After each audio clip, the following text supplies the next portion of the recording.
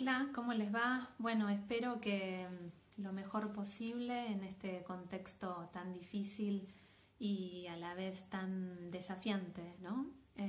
Bueno, mi nombre es Carolina Mamilovich, soy profesora de filosofía y el profesor Mariano Gaudio me invitó para compartir con ustedes este espacio de intercambio en el marco de su materia, así que muchas gracias y espero que mi intervención pueda ser de utilidad, algún aporte en esa dirección.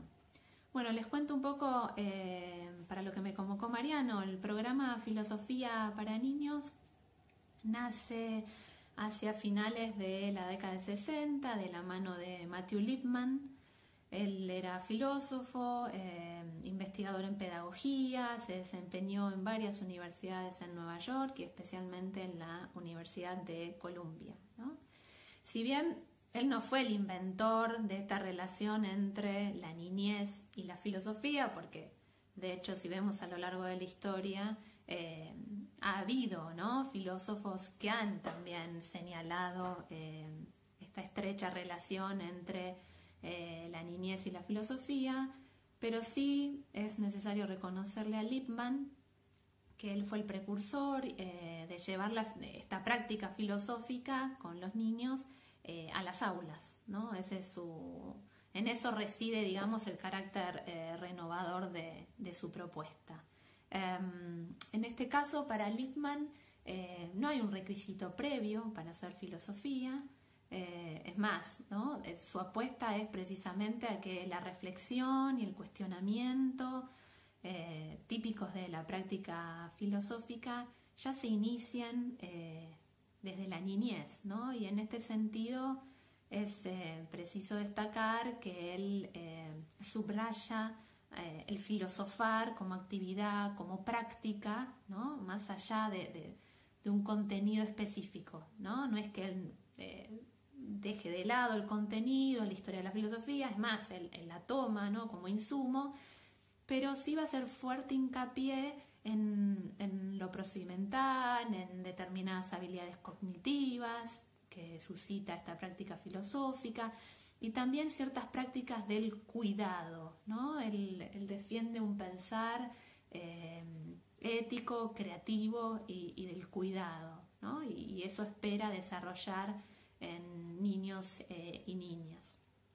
En este sentido es importante atender que la apuesta de Lippmann es formar en cierto ideal de persona democrática, razonable, tolerante, respetuosa, juiciosa, ¿no? Entonces, de esta manera la democracia sería digamos, el punto de partida, pero también el horizonte de sentido hacia el cual se dirige esta práctica filosófica, ¿no? Digamos, la democracia como medio y fin de una educación filosófica.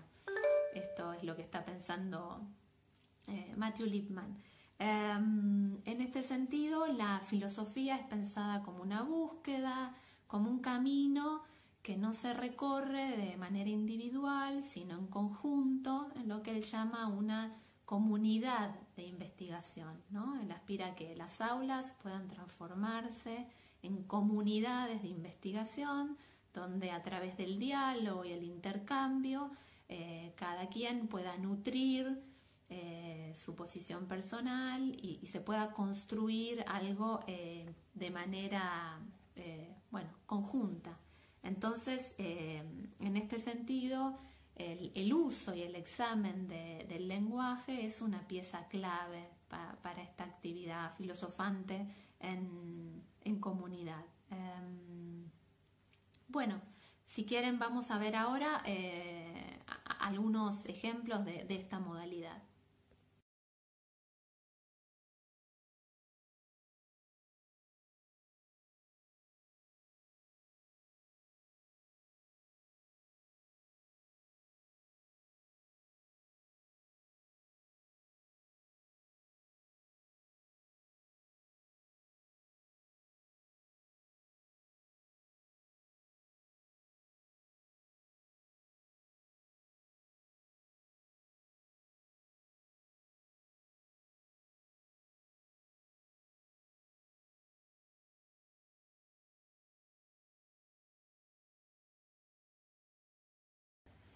En la placa anterior podemos ver algunos ejemplos de prácticas que se llevan a cabo en las comunidades de investigación que propone Lippmann, y es evidente a partir de esta enumeración que vimos la importancia que él otorga a la dimensión del cuidado, tanto como al desarrollo de habilidades cognitivas, ¿no? Su idea es que se puedan llevar a cabo prácticas sociales específicas que puedan desarrollar relaciones armoniosas, pacíficas, tolerantes y respetuosas al interior de la comunidad de investigación.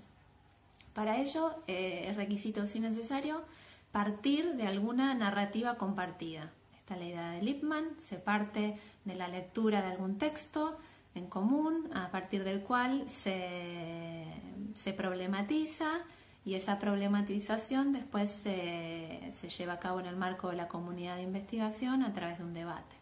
Más adelante vamos a ver paso por paso, pero ahora sí me interesa comentarles que Lippmann elaboró un currículum con 8 programas pensados para los 3 niveles educativos. Ahora vamos a ver otra placa.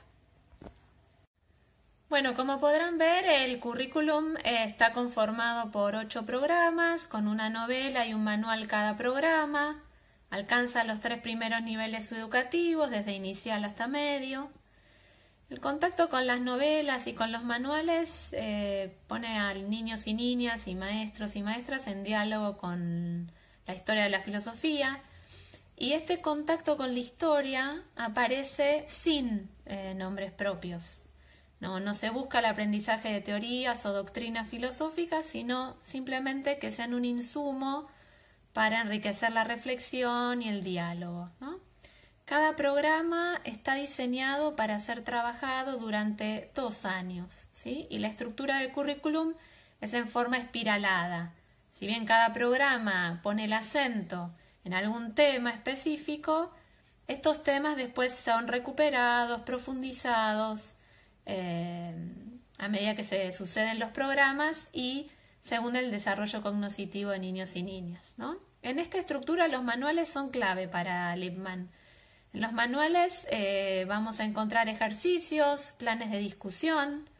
Los ejercicios intentan fortalecer alguna habilidad específica de pensamiento y los procedimientos más habituales de investigación filosófica. Y los planes de discusión buscan la formación de conceptos filosóficos, ¿no? En estos planes normalmente vamos a ver que hay preguntas que trabajan algún concepto o algún problema o la relación. Pueden ser acumulativos, no acumulativos, preguntas que van desde lo más simple a lo más complejo, de situaciones particulares a universales, en fin. Los planes de discusión pueden ser más o menos abiertos, según encamina al estudiante hacia la interpretación de un concepto o si se presentan de forma menos directiva. Pero bueno, no todos los planes de discusión contienen el mismo o tienen el mismo formato, ¿no? Se trata de plantear un problema y de provocar el debate. Y las preguntas iniciales en general son múltiples, diversas, ¿no? Y lo que se trata es de propiciar el diálogo, la inquietud, el cuestionamiento, y que no hay una respuesta verdadera, sino que se valora más el sentido. Los sentidos pueden ser múltiples, y advertir esta diversidad también forma parte de uno de los objetivos. ¿Qué torna filosófica una pregunta? Bueno, para Lippmann una pregunta es filosófica cuando ella cuestiona un tema que es común, central y polémico, y este abordaje se lleva a cabo, como habíamos dicho anteriormente, en conjunto en el marco de la conformación de la comunidad de investigación. Bueno, ¿cómo se trabaja en el aula? La estructura básica de una clase sugerida por Lippmann tiene esta forma, ¿no? Primero es optativo, pero hay una actividad previa al trabajo textual que podría facilitar o enriquecer la relación de niños y niñas con el texto ofrecido para la discusión filosófica. Y puede tratarse de una actividad motivadora, con el único propósito de generar cierta disposición emocional o intelectual favorable al trabajo en equipo. Luego sí, se comparte una narrativa, se lee uno de los capítulos o episodios de una de sus novelas, se recomienda hacer esa lectura en voz alta, de manera compartida, también para consolidar las habilidades de lectura de los estudiantes y las estudiantes y su autopercepción como integrantes de un colectivo, ¿no? En este punto después vamos a ver, no es necesario hacer esto con las novelas de Lickman, ¿no? Cualquier texto que nos parezca atractivo, problemático, inquietante, para nuestros alumnos y alumnas lo podemos incorporar. Bueno, se trata entonces de encontrar un lugar común, compartido, donde se inicie la búsqueda del cuestionamiento. Después de leer, se busca que se planteen en forma individual o grupal aquellas cuestiones que consideren interesantes, los niños y niñas consideren interesantes del texto. El momento de problematización del texto es una excelente ocasión para expandir la capacidad, ¿no?, de niños y niñas de preguntarse y poner el mundo en cuestión. Y a partir de estas preguntas se inicia un debate con la participación del grupo entero. Podemos elegir hacer el recorrido por todas las preguntas o también podemos darle la opción a los niños y las niñas que elijan ellos y ellas qué preguntas prefieren comenzar, cuál quieren priorizar. Eso queda a criterio de la y el docente.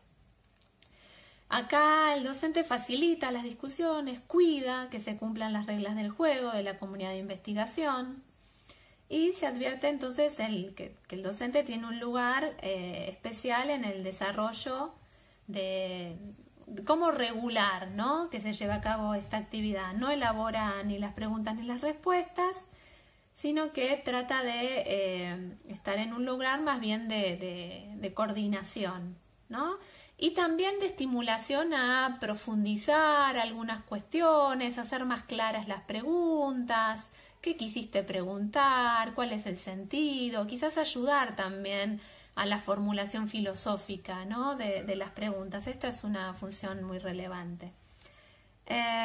Aquí entonces se busca una práctica dialogada, donde se intercambien opiniones, ¿sí?, diferentes puntos de vista, donde se pueda fundamentar la posición individual, ¿no?, donde se contrapesen y valoren los argumentos, las razones, los motivos, etc. Bueno, en la actividad posterior a la discusión se trata de evaluar o quizás de hacer explícito y visible el movimiento, ¿no?, que se produjo en la discusión filosófica. ¿Cuál fue el punto de partida? ¿Qué pasó en el proceso? ¿Hacia dónde? ¿Cuáles fueron los efectos? ¿Hacia dónde se ha arribado? ¿Qué cambios se han suscitado? Bueno, este camino comienza con una cierta confusión conceptual, pero bueno, se proyecta en el cuestionamiento y continúa en el diálogo, que siempre tiene un final imprevisto, abierto, ¿no? Hay una pregunta inicial, pero esa pregunta inicial siempre se mantiene abierta, ¿no? No hay clausura, no hay cierre. Bueno, una vez presentado este programa de filosofía para niños, también es interesante saber que en sus expresiones, digamos, locales aquí en la Argentina hay varias versiones, varias reapropiaciones, hay quienes siguen más o menos a rajatabla esta estructura, este programa, con algunas adaptaciones en función de adecuar, digamos, las novelas y los protagonistas y las protagonistas de las novelas a nuestro contexto latinoamericano. Pero también hay otras reapropiaciones de este programa que más bien se distancian en algunas cuestiones, toman como la idea madre y después hacen su propio camino. Y hay uno que se llama filosofía con niños. No es menor el cambio de preposición, ¿no? Aquí precisamente hay también otra concepción de la infancia y de la pedagogía. La infancia no es pensada como una situación de falta, de carencia, de incompletitud, de insuficiencia, sino como como una entidad en sí misma. La infancia es pensada precisamente como apertura, como una instancia tampoco romantizada, ¿no? Tampoco es esa idea de la niñez como una instancia ideal y romantizada, sino como una instancia en sí misma que está pensada como un inicio, como un comienzo, como una apertura, ¿sí? Y entonces se trata de vincularse más con la experiencia del filosofar, que filosofía y niñez, ¿no? Haya un encuentro, una experiencia, un acontecimiento interesante, y en cierta medida entonces hay un alejamiento de el programa, el currículum como estructura rígida, sino más bien un aprovechar distintas formas de textualidades y de objetos que puedan dar inicio a la problematización y al pensar filosóficos, ¿no? Entonces, bueno, aquí también tenemos otra deriva para ver de filosofía con niños, que acá inicialmente retoman Walter Cohen y Vera Waxman, pero que después tiene un devenir muy, muy interesante. Ahora hay una organización que se llama El Pensadero, que también está implementando filosofía con niños en bibliotecas populares, en espacios, en escuelas públicas, no solo en el sector privado. Así que, bueno, hay mucho por investigar y muy interesante. Así que, bueno, les dejo una última cita de estos autores, de Walter y de Vera, como para ir pensando, precisamente profundizando en esta idea de infancia, ¿no? que se busca tematizar y poner en práctica, y donde el rol del docente también tiene que ser revisado, ¿no? No es el lugar del poder, del saber, sino también una infancia del pensar, una infancia del enseñar. Bueno, son propicios para dar cuenta de este encuentro entre filosofía y la niñez. Bueno, espero que les haya servido. Les mando un abrazo a la distancia. Bueno, gracias. Bueno, en definitiva, lo que se propone es hacer filosofía con niños, y el cambio de preposición puede resultar significativo. No es una filosofía para ellos, no es solo poner a su alcance algo que antes era inaccesible.